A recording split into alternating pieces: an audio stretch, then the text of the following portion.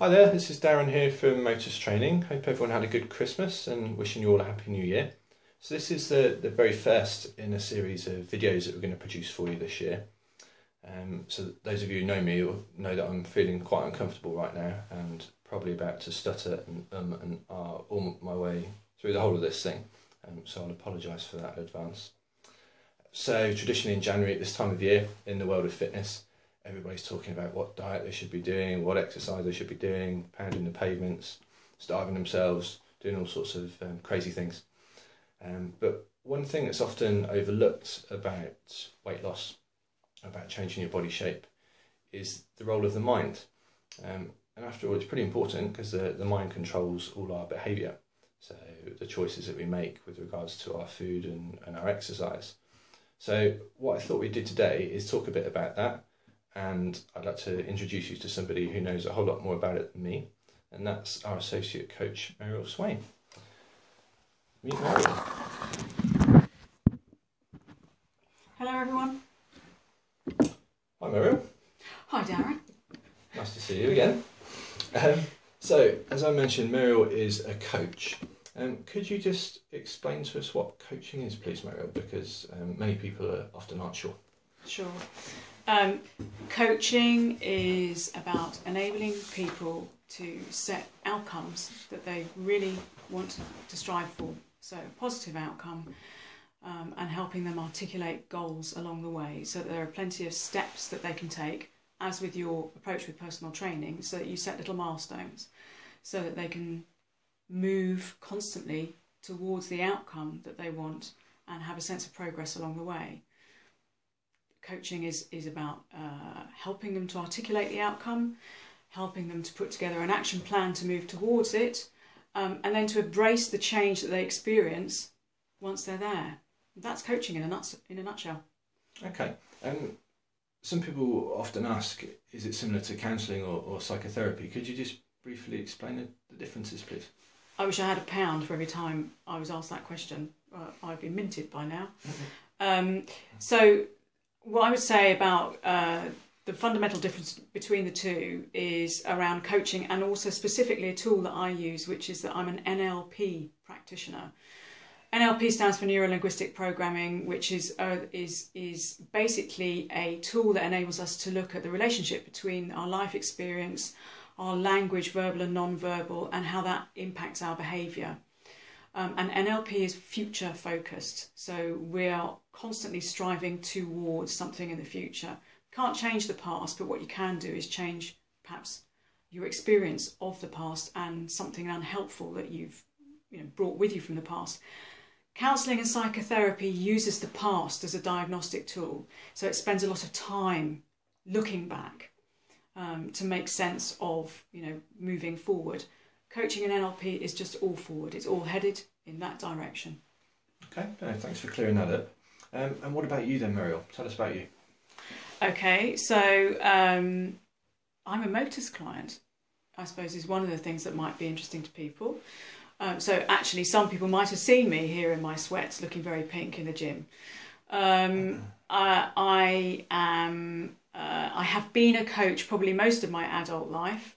But established my own business, Sweet Success Coaching, about 3 years ago, and about 18 months ago I was introduced to you, and I came here to work with you as a coach and for you to help me with my nutrition and weight loss. And at the moment we are at about 3.5 stone down and counting, which is absolutely fantastic. Well done you. Thank you. Feeling very, very chuffed. So, that's been my journey in my business. I work with all different kinds of people. I don't have a sort of, I'm going to help on a specific issue. People can approach me with any particular outcome or challenge that they're experiencing that they want support with. And that's how I work. Right. Okay. Could you, if you don't mind, sharing with us something we've talked about a little bit, which is self-sabotage? So, as I said, I'm now 3.5 stones and counting. the way, so one of the things I've really learned about myself, and in consequence learned about other people, is this habit of self-sabotage. And it's important to say that self-sabotage is something that is unconscious. You're not aware of the fact that you're doing it. If I tell you, specifically about me, I've been fat all my life, and one of the things that happens when I start to lose weight is that somewhere along the way, it might be that I plateau, my weight loss plateaus, or I'm not noticing that I'm getting any fitter, and so I start to have some unhelpful thoughts about that. And the unhelpful thoughts for me might be things like, I'm stuck. It's not going to matter if I have one more, if I have one more of those, or if I have a bigger one of those. And actually, now that I've had one of those, and maybe it's a gigantic chocolate muffin, that it's Thursday and I have another 5 before Monday when I start again. And actually, the concept of self-sabotage is that is what's happening. I am sabotaging my weight loss because there is a part of me that has an identity as someone who's fat because I've been fat for such a long time. Or maybe I'm someone who's been unfit for a long time. Maybe I'm someone who, drinks more than is helpful, or Talk this, about that, me, and the other. I know that it is one of your little challenges. But all sorts of things that we believe about ourselves, and that forms part of our identity. And the sabotage occurs when you're then doing an activity which challenges that identity. So it's what I've learned as a result of being coached by someone else.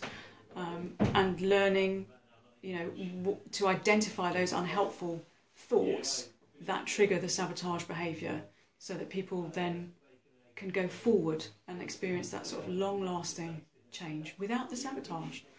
That's really interesting. It's something that that we observe in clients quite a lot. I mean, we're very lucky. A lot of our clients have been working with us for some time, but now and then they still go through periods when they perhaps know what helps them with regards to their exercise and nutrition, but for certain periods of time they don't necessarily do that, and they make different choices. Can you just very briefly explain how the coaching process could help somebody with that? Yes, it's at the root of it there is possibly something that they tell themselves, I've always been someone who has a big frame, or I've always been someone, I see myself as someone who does X, Y and Z. And these little unhelpful thoughts start to pop in, and it's because they are linked to the way that you see yourself. And that, when I say identity, it's how you see yourself, who you really are. And the conflict is created with something that you're doing with who you see that you really are. So coaching helps people to identify those areas of conflict, and to establish whether or not we can keep our identities intact but still move forward by looking at a different way perhaps of meeting a particular need. I talk often in sessions about positive intention. We've had conversations about that, of enabling the client to still move forward with something that's really positive, that satisfies the identity. So yes, I think my role would be to help people uncover what is the root cause of that unhelpful thought process, eradicate it, and move forward. Sounds Easy. Good. Sounds good. Simple as that. I think that's probably enough for today, listening to that. Yeah, I'd agree. I think there's lots we can talk about in future, but that's for another day. Okay. Thanks, Meriel. Thank you.